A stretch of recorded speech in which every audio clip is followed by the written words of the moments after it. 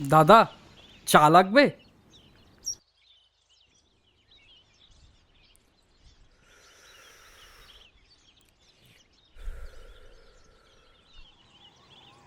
দাদা, এক কাপ চা খেয়ে দেখতে পারেন, আশা করি আপনার ভালোই লাগবে। আরে ধুর ভাই, বললাম তো লাগবে না। এমনিতেই সকাল থেকে মাথাটা পুরো ঘেঁটে আছে, তার মধ্যে বাল।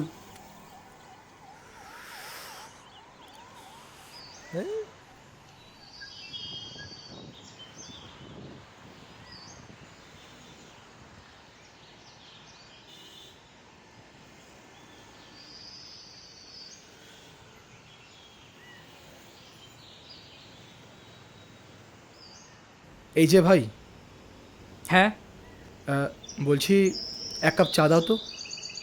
হ্যাঁ,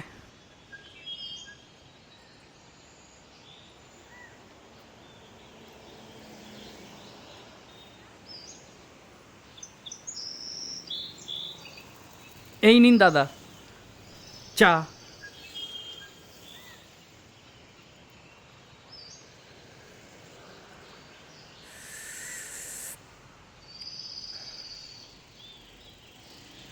সরি, আসলে আমি কথাটা ওইভাবে বলতে চাইনি। হ্যাঁ, মাথাটা সকাল থেকে ঠিক কাজ করছে না, তাই আর কি। আরে না না দাদা, সকাল থেকেই অনেক মানুষজনকে দেখি, সব সময় তো সবার মন মেজাজ ভালো থাকে না, সেটা বুঝি।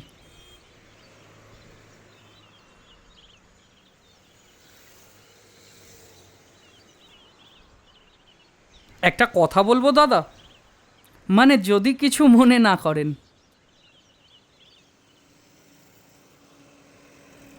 হ্যাঁ বলো। আসলে আপনার কি কিছু হয়েছে না? মানে 5 বছর ধরে চেষ্টা করে যাচ্ছি, এই অফিস থেকে ওই অফিস, এই দরজা থেকে ওই দরজা, সব শেষে সেই একটাই জিনিস, রিজেকশন।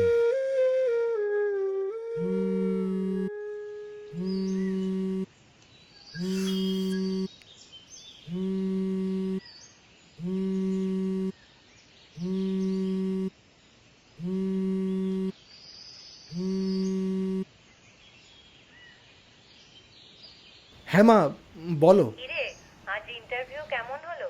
ওই মা, ভালোই হয়েছে, ওনারা জানাবেন বলেছেন।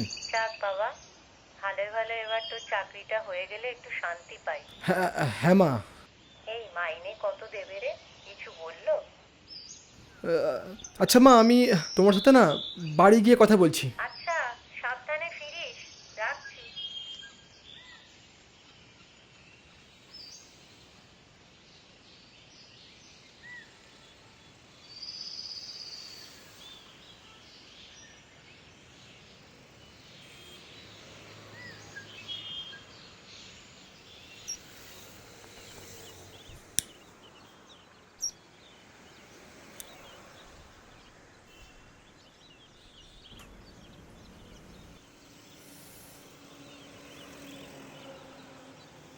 আমাদের সবার লড়াইটা জানো তো একই, কেউ রাস্তায় বসে দিনের পর দিন, আর কেউ অফিসের দরজায় দরজায় ঘুরে।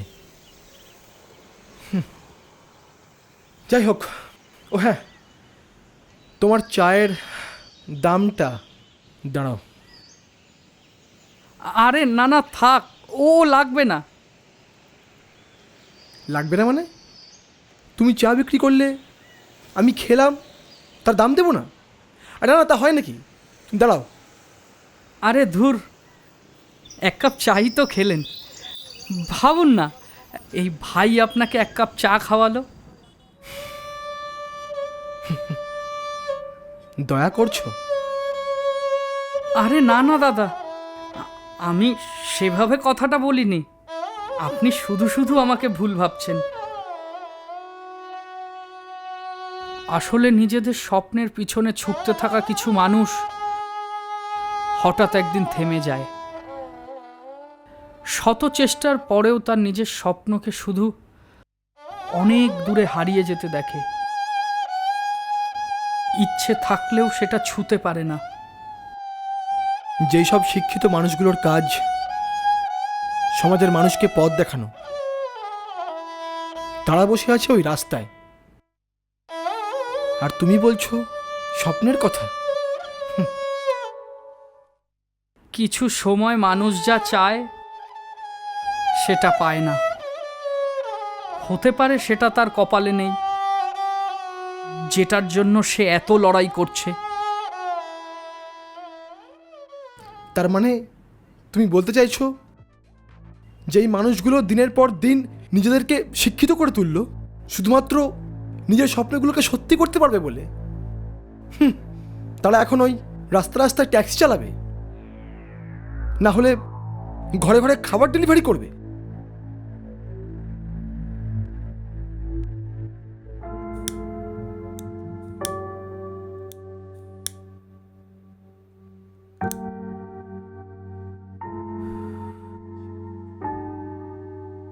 কোনো কিছু না পেলে সেটাকে ভাগ্যের দোষ না দিয়ে না, সেটাকে ছিনিয়ে নিতে হয়। ইঞ্জিনিয়ারিংয়ে ভালো মার্কস পেয়ে ইন্টারভিউ দিয়ে একটা অফিসে ভালো চাকরি পেয়েছিলাম। আস্তে আস্তে নিজের ডানা মেলে ধরেছিলাম এই খোলা আকাশে।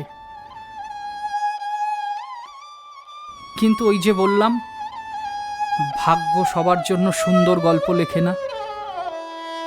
আজ আসি দাদা, অনেকটা দূর যেতে হবে।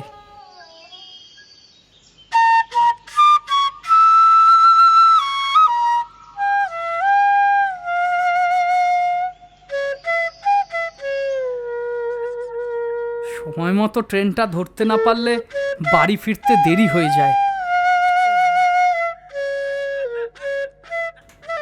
বাড়িতে মা অসুস্থ, একা কিছুই করতে পারে না।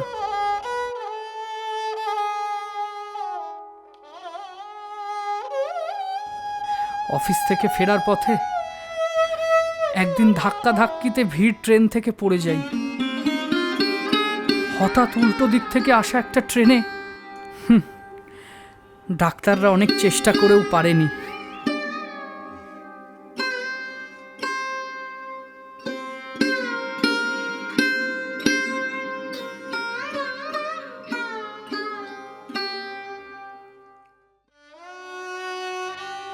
দাদা, বাড়ি বাড়ি খাবার দেওয়া বা চা বিক্রি করা, কিংবা অফিস বা কোনো স্কুলের স্যার, কোনো কাজই ছোট নয়, সবই সমান।